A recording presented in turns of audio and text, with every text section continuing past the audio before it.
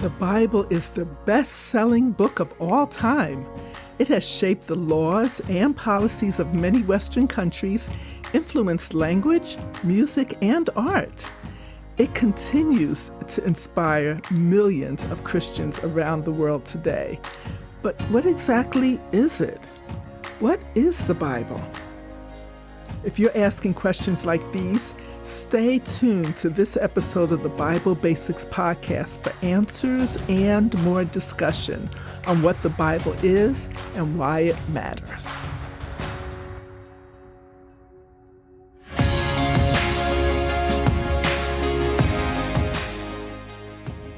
Well, welcome everyone. I'm your host, Jacqui Adewole, and this is the Bible Basics Podcast, where weekly we break down the basics of the Bible into understandable, bite-sized chunks. Have you ever wondered what makes the Bible so different from other books? At first glance, it might look like any other book, but with its intimidating size, you may feel a bit overwhelmed.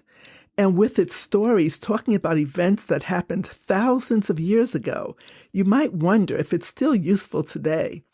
But the truth is, people in every generation have found its message indispensable. Its influence on individuals and society over the centuries has been enormous. We're often told to read, study, memorize, meditate on, and know the Bible. But rarely do we stop and actually explain what the Bible is. Well, I'm excited to share with you what I've learned, so let's dive in. Most people think of the Bible as a book, like a long and complicated novel with too many oddly named characters and not enough plot. Pick up a Bible. Look at it in your hand. No question about it, it's a book. But it's vastly more. The Bible is not a single book, but an anthology, a collection of many books. And in a broader sense, it's not just an anthology of shorter works, but an entire library. The Bible is a collection of 66 books that were written over a period of more than 1,500 years. In a typical printed Bible, the longest book, Psalms, takes up more than 100 pages, while the shortest book, 2 John, is less than a page. It's divided into two primary sections. The Old Testament, containing 39 books covering the time before Jesus. The second section is the New Testament, containing 27 books, which covers the period during and after Jesus' life. Beyond those two sections, the Bible contains several more divisions.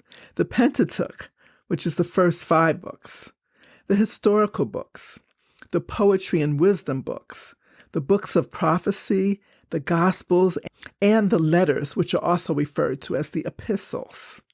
And get this, more than 40 different people wrote the various books of the Bible in 3 different languages, Hebrew, Greek, and Aramaic. Curiously enough, none of the men who wrote the books of the Bible wrote for a living. Some of the writers were rich, some were poor. Among them were kings, poets, prophets, musicians, philosophers, farmers, teachers, a priest, a statesman, a sheep herder, a tax collector, a physician, and a couple of fishermen.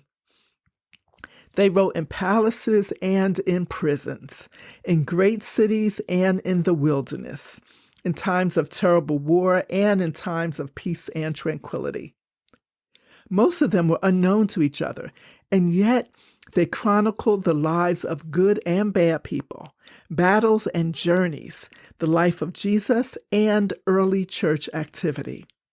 They wrote in styles of stories, poems, histories, letters, proverbs, and prophecies.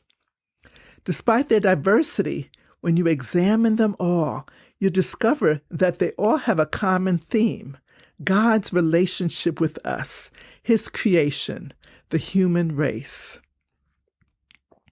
The Bible is the inspired Word of God.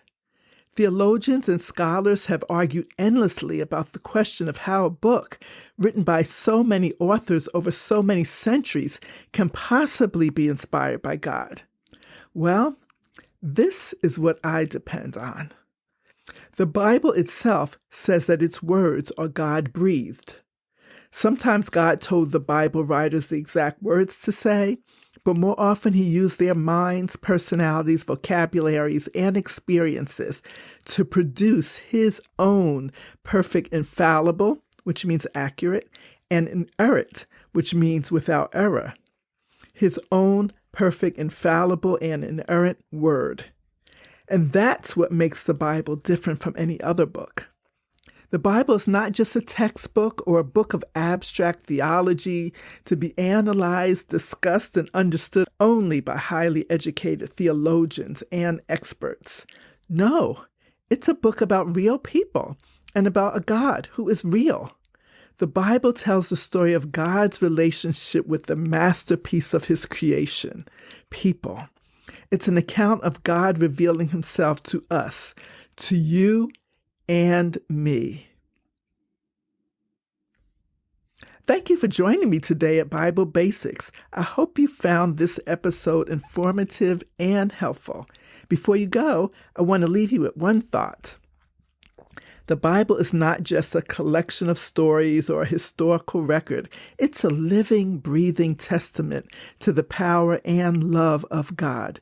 Its words have the power to transform our lives, to heal our broken hearts, and to bring us hope when we are feeling hopeless.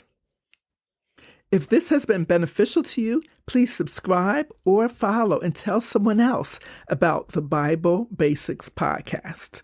Thank you for listening, and we'll talk again soon.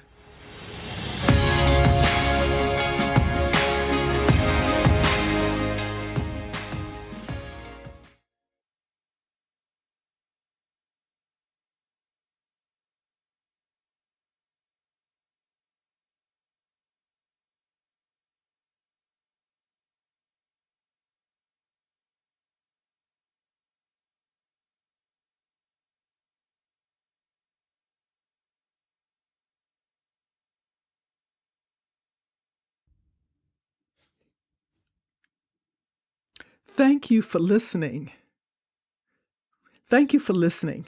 If this has been beneficial to you, please subscribe or follow and tell someone else about the Bible Basics podcast. And we'll talk again soon.